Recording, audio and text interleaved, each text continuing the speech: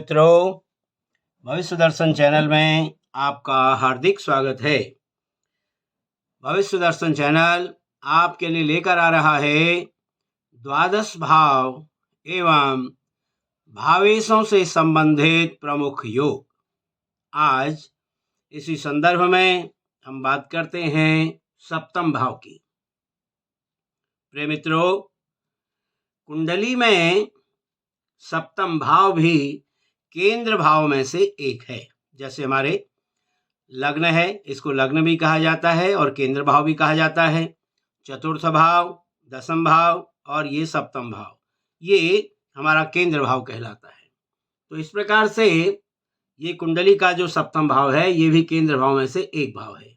इसे जाया के नाम से, कलत्र के नाम से, काम के नाम से और सौभाग्य आदि के नामों से भी जाना जाता है।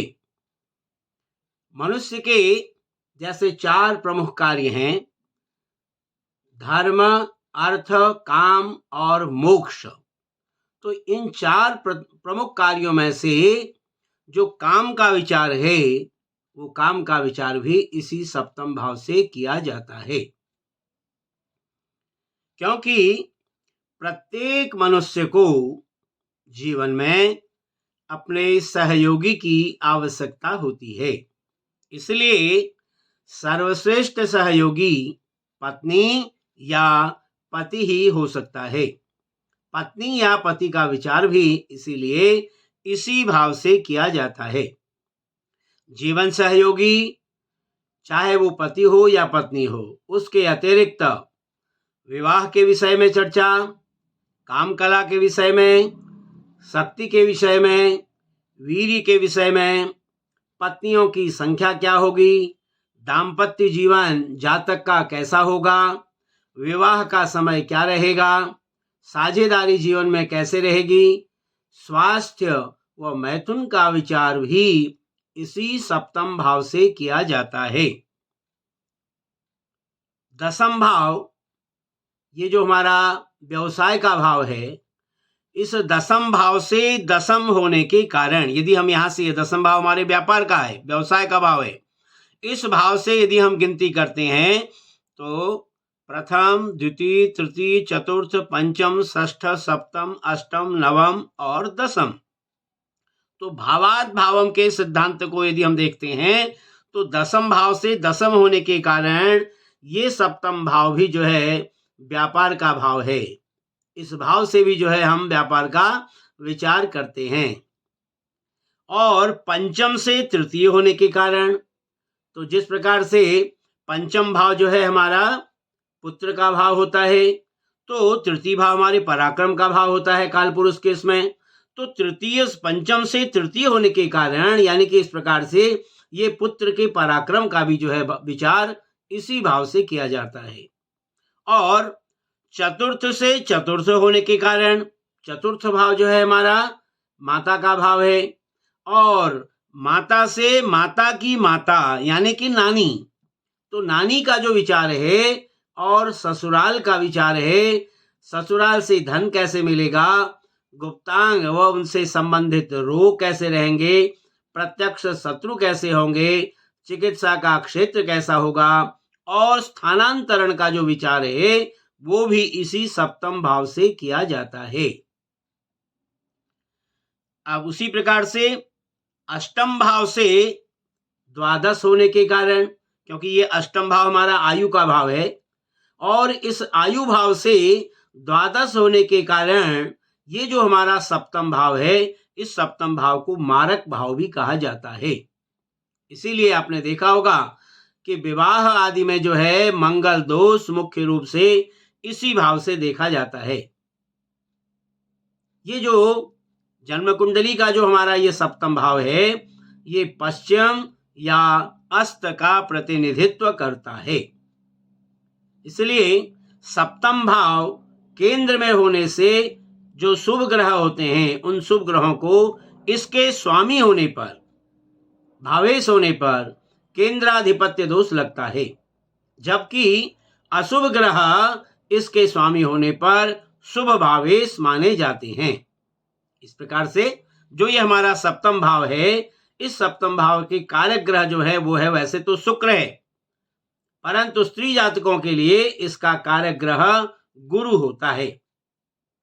तो प्रिय मित्रों, यह तो था सप्तम भाव का सामान्य विचार। अब सप्तम भाव से संबंधित जो प्रमुख योग हैं, अब उनके ऊपर चर्चा करते हैं। सप्तम भाव जो है हमारा, ये शुभ ग्रह है, शुभ भाव है। तो सप्तम भाव के अंदर जो शुभ ग्रह बैठे हों, शुक्र है, चंद्रमा है, बुध है या गुरु है, तो यदि ये सप्तम भाव में बैठे हों शुभ ग्रह, तो उसी ग्रह के स्वभाव के अनुसार जातक को उसी स्वभाव की पत्नी मिलती है। ये तो सबसे पहली बात तो ये होगी सप्तम भाव से भार्या के स्वभाव का विचार। यानी शुभ ग्रह जो है, यदि शुभ ग्रह वहां पर शुक्र, चंद्र, बुध, गुरु यदि बैठे होंगे, तो उन्हीं के ग्रह के स्वभाव के अनुसार जातक की पत्नी होती है। अब यदि सप्तम भाव में मंगल हो और उस मंगल पर शनि की दृष्टि हो, तो ऐसी परिस्थिति में जातक का दूसरा विवाह अवश्य होता है। अब जैसे यहाँ पर सप्तम भाव है, सप्तम भाव में मंगल बैठा हुआ है। अब जो है यहाँ पर यदि शनि की दृष्टि है, शनि की दृष्टि हमेशा जहां भी कुंडली में शनि बैठता है वहां से तीसरे भाव को, सातवें भाव को और 10वें भाव को पूर्ण दृष्टि से देखता है। तो सप्तम भाव में तभी जो है शनि की दृष्टि आएगी, या शनि जो है पंचम भाव में बैठा होगा, या शनि जो है लग्न भाव में बैठा होगा, तो लग्न से जो है फिर सप्तम भाव को देख लेगा, पंचम से जो है उसकी तृतीय दृष्टि आ जाएगी। और यदि दसम भाव में शनि बैठा होगा, तो दसम जो है ये शनि की दृष्टि सप्तम भाव पर आ जाएगी। तो यानी कि सप्तम भाव में मंगल हो और जातक की कुंडली में पंचम भाव में, दसम भाव में या लग्न भाव में जो है शनि बैठा हो, तो ऐसी परिस्थिति में जातक का दूसरा विवाह निश्चित रूप से होता है। सप्तमेश यानी कि सप्तम भाव का जो स्वामी है वो यदि षष्ठ भाव में चला जाए और हमारी जात कुंडली में जो है जो शुक्र है, जो सप्तम भाव का कारक माना जाता है, वो यदि निर्बल हो, तो ऐसी परिस्थिति में जातक की जो पत्नी है वो दीर्घ रोगिणी होती है। क्योंकि सप्तम भाव का यहाँ पर जो है सप्तम भाव का जो स्वामी है वो छठे भाव में, ये रोग के घर में चला जाता है। और सप्तम भाव का जो कारक है कुंडली में वो यदि निर्बल हो जाए, तो ऐसी परिस्थिति में जो है वो जातक की पत्नी जो है वो रोगिणी होती है। अब सप्तमेश जो है वो सप्तम भाव में बैठा हो, तथा इसके साथ यदि मंगल भी बैठा हो, यानी मंगल की और सप्तमेश की युति यदि सप्तम भाव में हो, तो भी जातक जो है उसकी जो पत्नी है या उसका पति है, उस प्रकार से यानी कि वो रोगिणी रहता है या रोगी रहता है। सप्तम भाव में बुध और शुक्र बैठे हों, तो ऐसी परिस्थिति में जातक को संतान का अभाव रहता है। यानी सप्तम भाव में शुक्र और बुध का बैठना, बुध की युति होना जातक के लिए संतान का अभाव करता है। अब ये सप्तम भाव है, इस सप्तम भाव में लग्नेश, धनेश, लग्न का स्वामी और धन भाव का स्वामी, और षष्ठेश, छठे घर का स्वामी, और ये जो है यदि पाप ग्रह के साथ स्थित हो जाएं, सप्तम भाव में लग्न का स्वामी, दूसरे भाव का स्वामी और छठे भाव का स्वामी यदि यहाँ पर किसी पाप ग्रह के साथ जो है यहाँ पर विद्यमान हों, तो ऐसे जातक की जो पत्नी होती है वो परस्त्रीगामी हो जाती है। अगला हमारा योग है कि सप्तम भाव में गुरु और बुध की युति हो। सप्तम भाव में गुरु और यदि बुध की युति हो, तो ऐसे जातक का जो संबंध है वो एक से अधिक स्त्रियों से होता है। सप्तम भाव में पापक ग्रह विद्यमान हो, तो ऐसे जातक की जो पत्नी है वो दुराचारणी होती है। सप्तम भाव जो है पापक ग्रह से यदि युक्त होगा, तो पत्नी दुराचारिणी होती है। सप्तम भाव में नीच का यदि गुरु बैठा हो, नीच का गुरु कौन सा होगा, यानी कि मकर राशि का गुरु, यहाँ मकर राशि हो और उसमें गुरु बैठा हो सप्तम भाव में, तो ऐसे जो जातक की पत्नी है उसका, पत्नी का जो है ऐसे जातक को सुख जो है कम ही मिल पाता है, न्यून सुख उसको मिलता है। सप्तम भाव का स्वामी केंद्र में हो, चौथे में हो, सप्तम भाव में हो या दसम भाव में हो, और शुभ ग्रह की उस पर दृष्टि हो, चाहे वो चौथे भाव में बैठा हो, सातवें भाव में स्वयं हो या दसम भाव में हो, और उस पर शुभ ग्रह की दृष्टि हो, तो ऐसे जातक को अत्यंत सुशीला और पतिव्रता पत्नी मिलती है। सप्तम भाव में शनि और चंद्रमा हो, यानी कि सप्तम भाव में शनि और चंद्रमा की युति हो, तो ऐसी परिस्थिति में जो जातक है, उस जातक का जो विवाह है वो पूर्व विवाहिता स्त्री से होता है, यानी कि उसकी पत्नी का पहले विवाह हो चुका होता है, यानी कि उसको पूर्व विवाहिता पत्नी से विवाह होता है उसका। पंचमेश, ये पंचम भाव का स्वामी सप्तमेश की राशि में, पंचमेश जो है वो सप्तमेश की राशि में तथा सप्तमेश जो है वो पंचमेश की राशि में। यदि ऐसा दोनों में राशि परिवर्तन दोनों में हो जाए, सप्तमेश का और पंचमेश का, इस प्रकार से दोनों अपने अपने राशि परिवर्तन यदि इनका हो जाता है, तो ऐसी परिस्थिति में भी जातक का प्रेम विवाह होता है। यदि सप्तमेश और पंचमेश, यानी सप्तम भाव का स्वामी और पंचम भाव का स्वामी यदि द्वादश भाव में आ जाएं, तो ऐसा जातक अत्यंत कामुक होता है। सप्तमस्थ राहु, यानी कि सप्तम भाव में राहु विद्यमान हो और उस राहु पर दो पाप ग्रहों की पूर्ण दृष्टि हो, यानी कि दो पाप ग्रह कौन से, शनि की उस पर दृष्टि हो या उस पर मंगल की पूर्ण दृष्टि हो। जैसे अभी आपको बताया, शनि की सप्तम भाव में पूर्ण दृष्टि तभी होगी जब पंचम भाव में शनि बैठा होगा या दसम भाव में होगा या लग्न में होगा, और मंगल जो है वो अपने जहां पर भी बैठता है चौथे, सातवें और आठवें भाव को पूर्ण दृष्टि से देखता है।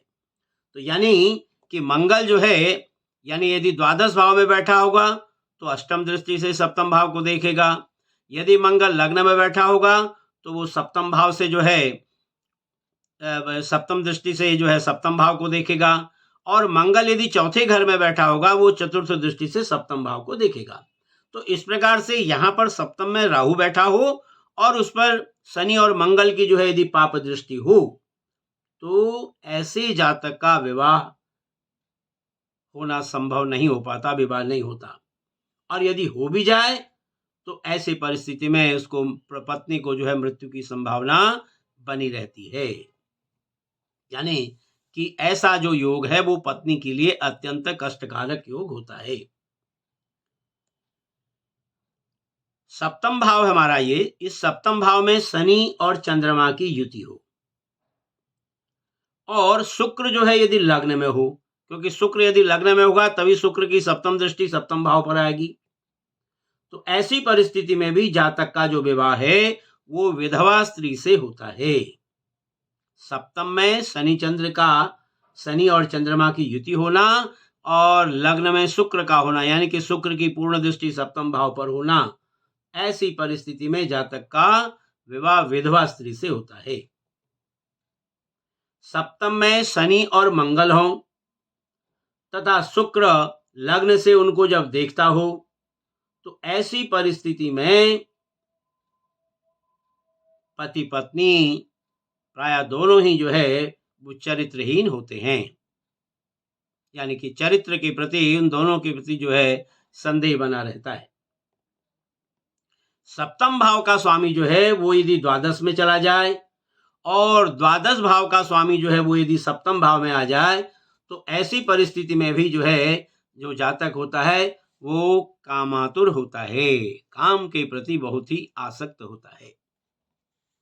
सप्तम सप्तम भाव का स्वामी तथा शुक्र को जब मंगल देखता हो, यानी कि सप्तम, सप्तमेश तथा शुक्र जब इनको मंगल देखता हो या मंगल इनके साथ स्थित हो, तो ऐसी परिस्थिति में भी जो है जो जातक होता है वो कामातुर होता है। लग्न, सप्तम व द्वादश भाव में यदि पापक ग्रह विद्यमान हो, कहां पर? लग्न में पाप ग्रह हो, सप्तम में पाप ग्रह हो और द्वादश भाव में यदि पाप ग्रह हो तथा पंचम में निर्बल चंद्रमा हो, चंद्रमा यहाँ पर निर्बल हो। निर्बल चंद्रमा कैसे होगा? उस पर पाप दृष्टि होगी या पाप मध्यत्व होगा या शत्रु राशि में होगा या नीच का होगा। ऐसी परिस्थिति में यदि चंद्रमा यहाँ पर पंचम भाव में बैठा हो तो ऐसे जातक की जो पत्नी होती है वो बांझ होती है, यानी कि संतान उत्पन्न करने में अक्षम रहती है। सप्तम भाव में सूर्य या शुक्र की युति, सूर्य या शुक्र की जो युति है वो या तो सप्तम में हो जाए या फिर वो लग्न में हो जाए, तो ऐसी परिस्थिति में भी जो है जो जातक की पत्नी होती है वो बांझ होती है, यानी संतान उत्पन्न करने में अक्षम में रहती है। लग्न में सूर्य हो और सप्तम में शनि हो, तो ऐसे जो जातक की जो पत्नी है वो गर्भ धारण नहीं कर पाती। लग्न में सूर्य और सप्तम में शनि। यहां पर सूर्य यानी कि ऐसी पत्नी को जो है जो सप्तम भाव में शनि और लग्न में सूर्य हो तो उसको गर्भ धारण करने में दिक्कत होती है। सूर्य और शनि सप्तम भाव में हो और चंद्रमा जो है वो दसम भाव में हो, और उस चंद्रमा को, जो दसम भाव में चंद्रमा है, उस चंद्रमा को यदि गुरु देखता हो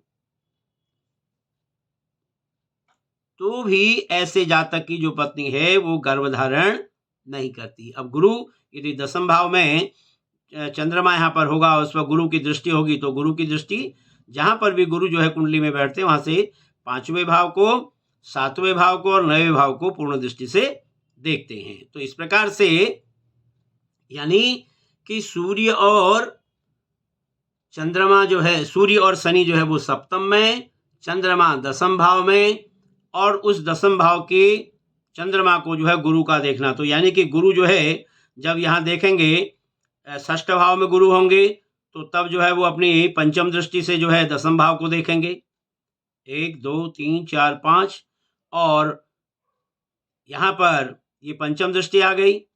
और चौथे भाव में यदि गुरु होंगे तो सप्तम दृष्टि से जो है दसम भाव को देखेंगे, ठीक है। और यदि लग्न में होंगे तो वो दसम भाव यानी कि द्वितीय भाव में होंगे तो तब वो नवम दृष्टि से जो है दसम भाव को देखेंगे।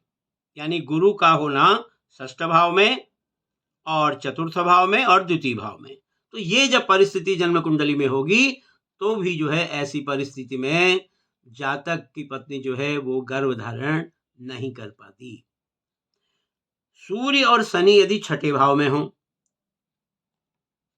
चंद्रमा सप्तम भाव में हो और बुध जो है लग्न में हो तो भी जातक की पत्नी गर्भ धारण के अयोग्य होती है। शनि या मंगल चौथे भाव में या छठे भाव में, क्या बताया? शनि या मंगल का चौथे भाव में होना या छठे भाव में होना। तो ऐसी परिस्थिति में भी जो है जो जातक की पत्नी है वो गर्भ धारण करने में असमर्थ रहती है। लग्न में शनि, सप्तम भाव में शुक्र तथा पंचम भाव में यदि कोई भी पापक ग्रह स्थित हो, यानी लग्न में शनि, सप्तम में शुक्र, पंचम भाव में पापक ग्रह, तो ऐसी परिस्थिति में भी जो है जो जातक की पत्नी है वो बांझ होती है, यानी संतानोत्पत्ति में अक्षम्य होती है। शनि और मंगल युत हो करके, यानी शनि मंगल की युति हो और सप्तम दृष्टि से शुक्र व चंद्र को एक ही भाव में देखते हो, शनि मंगल युत होकर के सप्तम दृष्टि से शुक्र और चंद्र को एक ही भाव में देखते हो, तो जो है ऐसे जातक का विवाह नहीं हो पाता, यानी विवाह होने की संभावनाएं ना के बराबर होती हैं। कहीं पर भी शुक्र चंद्र की युति हो और शनि और मंगल जो है उनको देखते हो, तो ये परिस्थिति बनती है। सप्तमेश, यहाँ पर सप्तम भाव का जो स्वामी है वो उच्च राशिस्थ होकर के केंद्र में आ जाए या फिर त्रिकोण में हो, पंचम या नवम भाव में आ जाए, और दशमेश जो है उसे देखता हो, तो ऐसा जातक जो होता है वो भी एकाधिक स्त्रियों का स्वामी होता है, एक से अधिक स्त्रियों के साथ जो है उसका विवाह होता है, संबंध होता है। सप्तमेश लग्न में हो, यानी सप्तम भाव का जो स्वामी है वो यदि लग्न में चला जाए, तो जितने ग्रह सप्तम में होंगे उतने ही विवाह जातक के होंगे, अर्थात सप्तमेश जितने सप्तमस्थ ग्रहों को देखता है उतने ही विवाह जातक के होने निश्चित है। यदि सप्तमेश और द्वितीयेश शुक्र के साथ, सप्तमेश और द्वितीयेश शुक्र के साथ, सप्तमेश द्वितीयेश और शुक्र की यदि युति है, यानी कि और वो त्रिक भाव में हो जाए, छठे भाव में, आठवें भाव में या 12वें भाव में चला जाए, तो जितने पाप ग्रहों से युत अथवा दृष्ट होंगे उतनी ही स्त्रियों की मृत्यु होती है, यानी कि उतनी बार जो है उसको विवाह करना पड़ता है। सप्तमेश सप्तम भाव का स्वामी और शुक्र यदि लग्न में हो, पंचम भाव में हो, नवम भाव में हो या एकादश भाव में हो, क्या बताया, सप्तमेश और शुक्र की युति लग्न, पंचम, नवम या एकादश भाव में हो, तो ऐसे जातक को ससुराल पक्ष से धन की प्राप्ति होती है। जिस जातक की कुंडली में लग्न, चतुर्थ, सप्तम, अष्टम तथा द्वादश भाव में मंगल हो, तो ऐसा जातक जो होता है वो मंगली होता है। कहाँ कहाँ होता है, लग्न में, चतुर्थ में, सप्तम में, अष्टम में और द्वादश में मंगल का होना, ऐसे जातक यानी कि वो चाहे वो लड़की हो या लड़का हो, वो मांगलिक कहलाता है। ऐसे जातक का जो विवाह है वो बड़े विलंब से होता है। ऐसा मंगल, इसीलिए हम कहते हैं कि मंगल जो होता है वो अपने जीवन साथी की आयु को कम करता है, और ऐसे जातक का जो दाम्पत्य जीवन है वो बड़ा कष्टमय होता है, क्योंकि लग्न, चतुर्थ व द्वादश भावों में तो जो मंगल है वो सप्तम भाव को पूर्ण दृष्टि से देखता है। लग्न में यदि मंगल होगा तो सप्तम दृष्टि से जो है वो सप्तम भाव को देखेगा, और चतुर्थ भाव में यदि मंगल होगा वो चौथी दृष्टि से सप्तम भाव को देखेगा, और 12वें भाव में यदि मंगल होगा तो वो अष्टम दृष्टि से जो है अपने सप्तम भाव को, मंगल को देखेगा।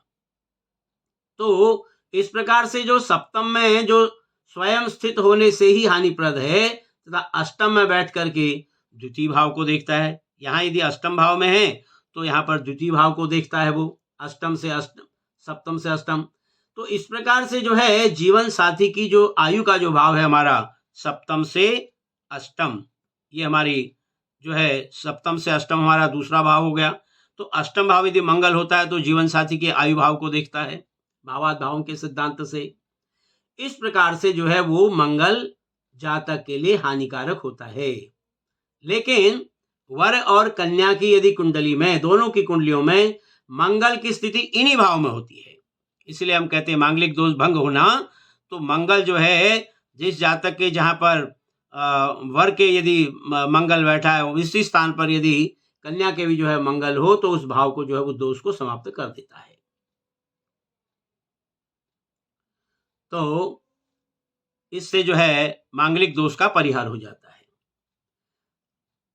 अब अगला योग हमारा है निर्बल सप्तमेश, यानी सप्तम भाव का जो स्वामी है वो कुंडली में निर्बल है और वो दूसरे भाव में बैठा है, छठे भाव में बैठा है, आठवें भाव में है या 12वें भाव में है, तो वो ऐसा जो निर्बल सप्तमेश है वो मार्केश की भूमिका को अदा करता है, यानी कि मार्केश की भूमिका निभाता है। तो सप्तमेश जो है मार्केश बन जाता है जब वो कमजोर हो और दूसरे, छठे, आठवें या 12वें भाव में बैठा हो।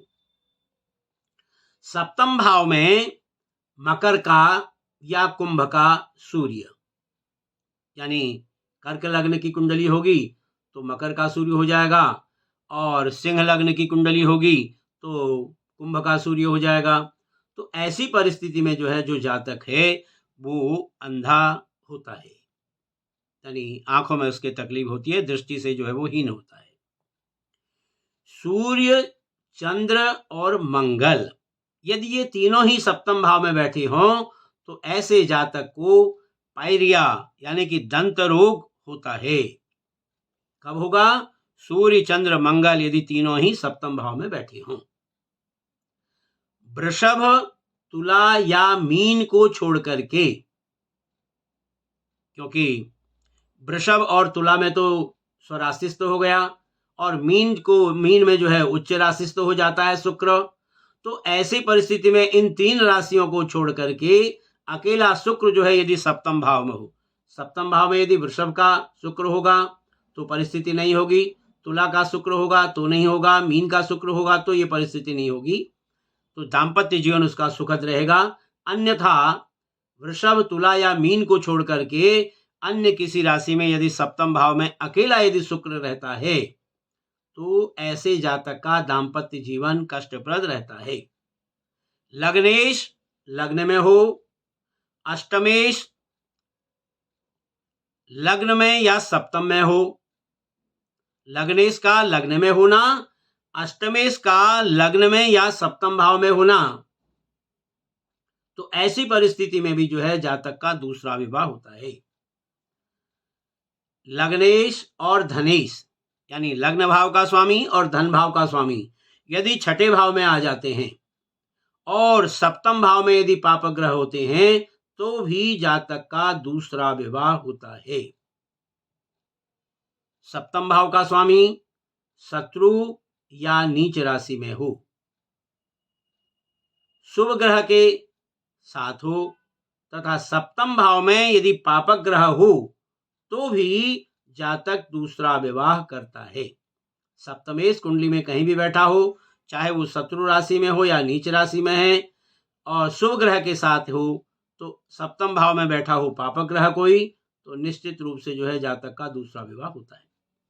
लग्न में, दूसरे भाव में, सप्तम भाव में यदि पापक ग्रह हो और हमारा जो सप्तमेश है वो कुंडली में यदि निर्बल हो तो भी जातक को पुनर्विवाह करना पड़ता है, जातक का पुनर्विवाह होता है।